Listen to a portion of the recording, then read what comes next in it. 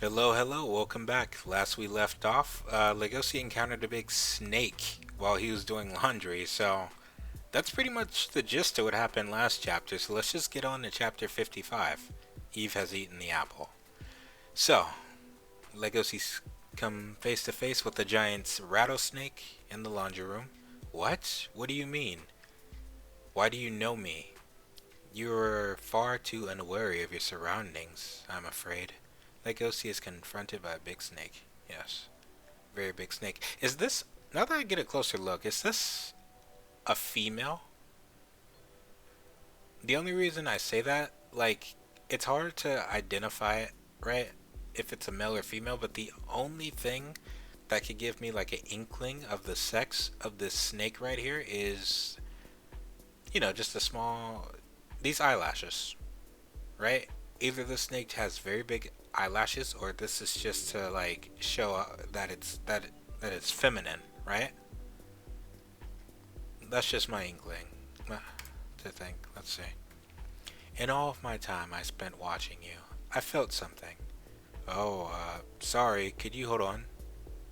Hold that thought. My laundry's finished. What the? He has a one track. Legos, he has a one track mind. This big old snake comes out of nowhere and you just tell it to wait because your laundry's done? Uh, yeah, so please wait. If they stay longer in the machine, the smell will stick. As a snake, I am proud of my stalking abilities, but this wolf can show slight caution without losing his sense of reality. He even has the gall to turn his back on me despite how suspicious I appear to him. Right. Like, let's see. What is this? Just as I thought. This male wolf's potential has no limits. Ah, goodness, I have such a clear view of the joints in his body. I can see the veins that make up his limbs, the thick fur all over his rough-looking body to be in his presence. What does she mean by his potential has no limits? Like, because she says, alright, so she says she's been watching. Okay, I'm just calling her a she because I just get the impression that it is a she, right? Based off her eyelashes right here. I'm still saying her, yes. Based off the eyelashes right here, right? These are feminine traits. If it was a male, I would expect it not to gatekeep and say that male snakes can't have eyelashes, but I believe this is just to show that the feminine traits of it, right? But if it was male, I'd expect it to like just be a little bit more rougher in the face, right? But you have these eyelashes here, and that's kind of like softer, smoother, like that. But she's checking Legosi out. It's like I'm looking at a modern masterpiece. Calling Legosi's body a modern masterpiece? Interesting. So if she's saying he has potential, when in the last chapter it's kind of established that Legosi has he has like bad reflexes and bad focus. That's like being brought to light here in how one track minded Legosi is to turn his back to a potential enemy while he finishes the laundry.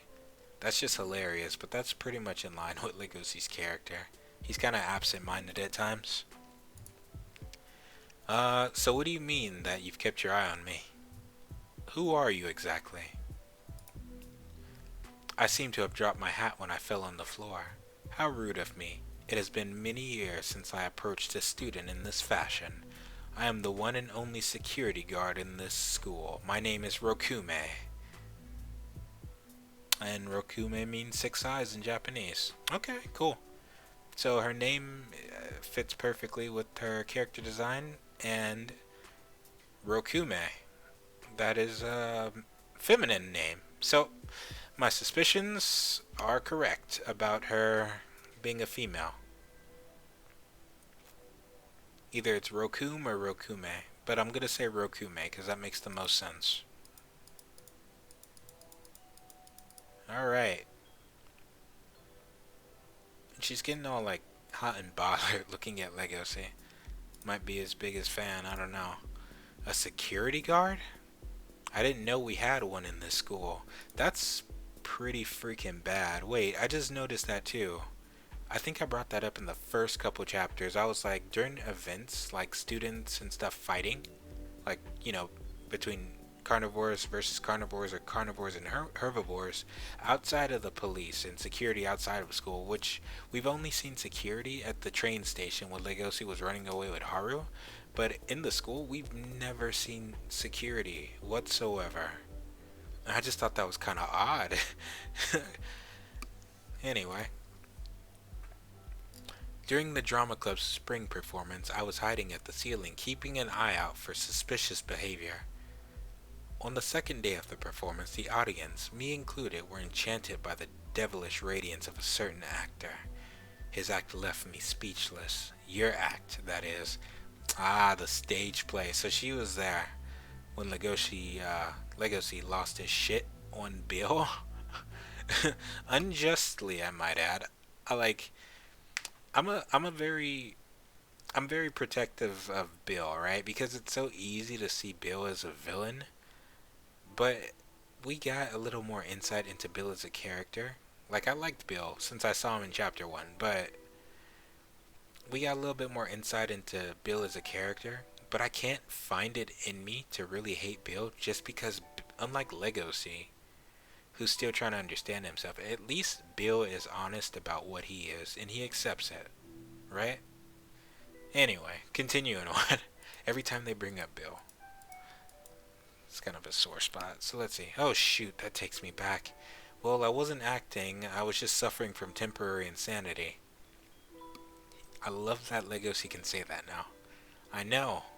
That dwarf rabbit was the cause of your insane actions. That's also why you were unhinged during the summer, isn't it? Those scars on your arm resemble feline teeth marks. To think that someone like you would fall in love with such a petite and immoral female, you must be just as bad as she is. Well, that's not completely wrong. The more I learned about you, the more intrigued I became. Oh, she's been watching him since the beginning. Damn. So I'm wondering if she was there when Legacy tried to eat Haru. No, I don't think she was there back then. It was only during, I believe this is just where it started, the stage play. That's where it first began. So that would make perfect sense. That she would know about him then. Because back then he just kept his head down. So he had no reason to attract her. And she's just like circling around him right now. She could have like, what, constrict him? Let's see. I would like to see your capabilities once more for the school. For the school? Yes. She surrounded me.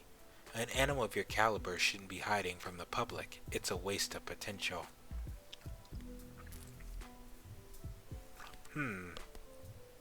Where have we heard that before? We've heard that with Jack, right? When he was a kid, we've heard that with Louis. Louis is the first to say it, you know? Like, Louis always hated how Legacy always hid himself. You know, his strength as a carnivore, and Legacy was never proud of that. So he always stayed in the back, in the sidelines, just out of the way. But now, Louis is not here anymore, right? So who's gonna urge Legacy forward, so he could drive the plot, yeah? So what does she mean? She wants to see his potential. But Rokume, you're a security guard, so why do you hide from the public? The students in the school only know you as a ghost story. I doubt anyone can understand how I feel. I feel excited throughout every scale of my body. I wasn't always a security guard. Before that, I was just an ordinary rattlesnake. For my entire life, I've been forced to live with the shame of having no arms or legs. She's serious? Only by hiding myself can I endure living with this shame. I don't understand. So is that why she's fixated on Legacy? Because of his strong body? Because if we go back... Okay, so if we have context now, right? Is it because Legacy's a more complete animal You know, he has the whole shebang. He has a, well, she has a neck too, one long neck, but he has strong arms, strong legs, and that's why she was fixated on his joints before. I guess that would make sense. Interesting. So does she have like a? Why does she say that it's a shame though? I wonder if because she's so big, is she looked, because Beastars is very much a series about, prejudice and preconceived notions about things, right? So I wonder if she's perceived negatively because she's a giant freaking snake in this society. And snakes are predators too, mind you.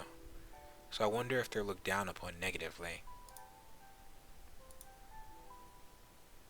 And I wonder what kind of snake, because don't they have venom as well? Or is she just a constrictor type? Oh, rattlesnakes are venomous. I rattle my tail whenever I see a troublemaking student. My job requires me to hide and act as a whistle. I'm jealous of you. Tell me, young wolf, those beautiful legs of yours. How strong are you with them? Ah, so that's why. Mm, she doesn't feel complete as a as an animal. So that's probably why she's fixated on Legacy. And plus, Legacy's not even done growing yet. We've seen Legacy's strength firsthand when he fought the Shishigumi, right? And he fought the Shishigumi boss. He definitely does have potential, fighting potential at least. But I wonder if this is gonna lead into something. Let's see. So Legacy, he's not. He was struggling before, right? Look at his face, how he's like being constricted. You get to like see him kind of like shuddering and trying to get loose as Lego, as not Lego, Rokume has him in a compromised position. But now you see his face, how it's like can't breathe, and then he's distracted again, right? She notices like, what's he doing? Is he showing interest in my body? Why now of all times? I never what? He, huh? Let's see what he's got to say. I never knew snakes had it so rough. Is he taking my words to heart? Wow, snakes feel so smooth. I'd sure like to know how these scales are made. Huh. Okay, that's kind of odd to me. Like, I know Lego's kind of a scatterbrained, but maybe it's just because this is the security officer. He doesn't feel threatened so much, even though he's being constricted right now. He's taking interest in her scales, and I'm wondering why that is. And another thing about Legosi's character, I don't know. This is a side to him that's very interesting to see. Because it's not often that Legosi's confronted with a predator that's bigger than he is, right? This is very much that. Because if Rokume wanted to, she could just kill Legoshi right here. But I don't think, I don't think that's her main goal for showing up. We don't know why she showed up yet. She just kind of came out of nowhere. So she gets taken aback by that. What's she gonna do now? Did she just run? Wait, she just freaking left. I'll be excusing myself. So she's taken off. Wait, I still have much to say. My aesthetic senses were right on the money. That young wolf is like none other. Why is she saying that? Why did she get so flustered by that? Maybe it's because she's been looked down upon most of her life for being a snake.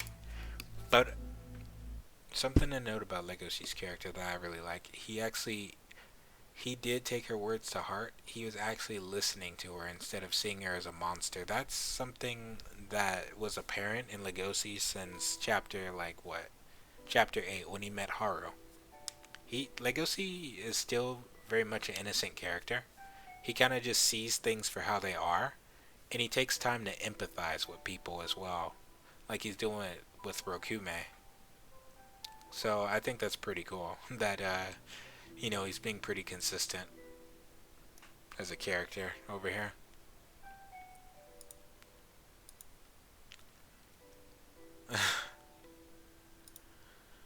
he This young wolf is like none other. He lives life struggling with developing his body, his feral instincts, and his pure heart.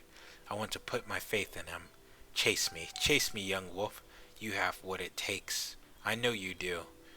Where is she going? Okay, so like, she has a lot of insight into Legosi, even though I'm pretty sure she doesn't have the full story, right?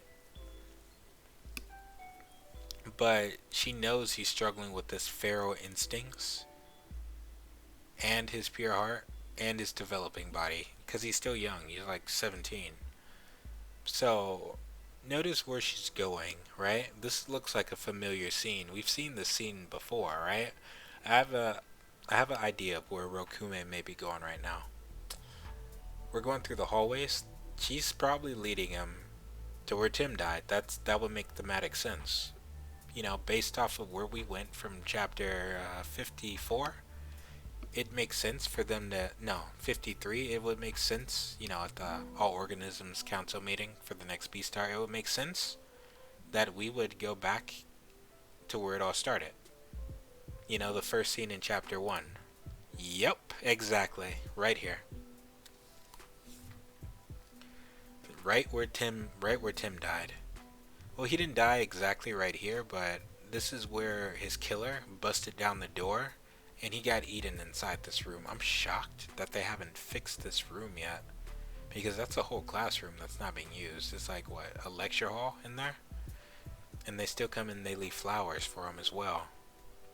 So this is where Beastar started, right? A murder.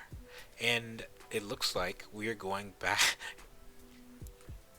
Chapter 1 is finally going to be relevant because we are 55 chapters in, and I kind of found it weird how, you get kind of like, as soon as they brought up Tim before, they would just shut that shit down like, hey, bro, no, we don't want to talk about it. Let's just forget about it. But it looks like Legosi's going to be urged into action, because my question is, if they had a security guard this entire time, where was she during Tim's death, right? And what does she know, right? Because snakes have an excellent sense of smell. Well, they taste the air, and that's how they find their prey. So I'm wondering if she already knows who it is. But if not, why hasn't she acted yet? That's my question. Anyway, continuing. I assume you remember the chase where your alpaca friend was murdered? Well, the case, not the chase. Even though I'm security guard, I failed to capture the one responsible for his death. The culprit should still be in this school. Okay, so she doesn't know.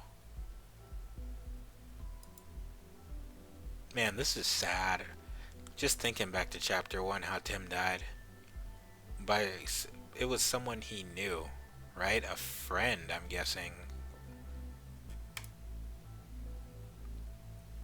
That would just make the most sense, because I wonder if I show it. Anyway, these flowers weren't here before.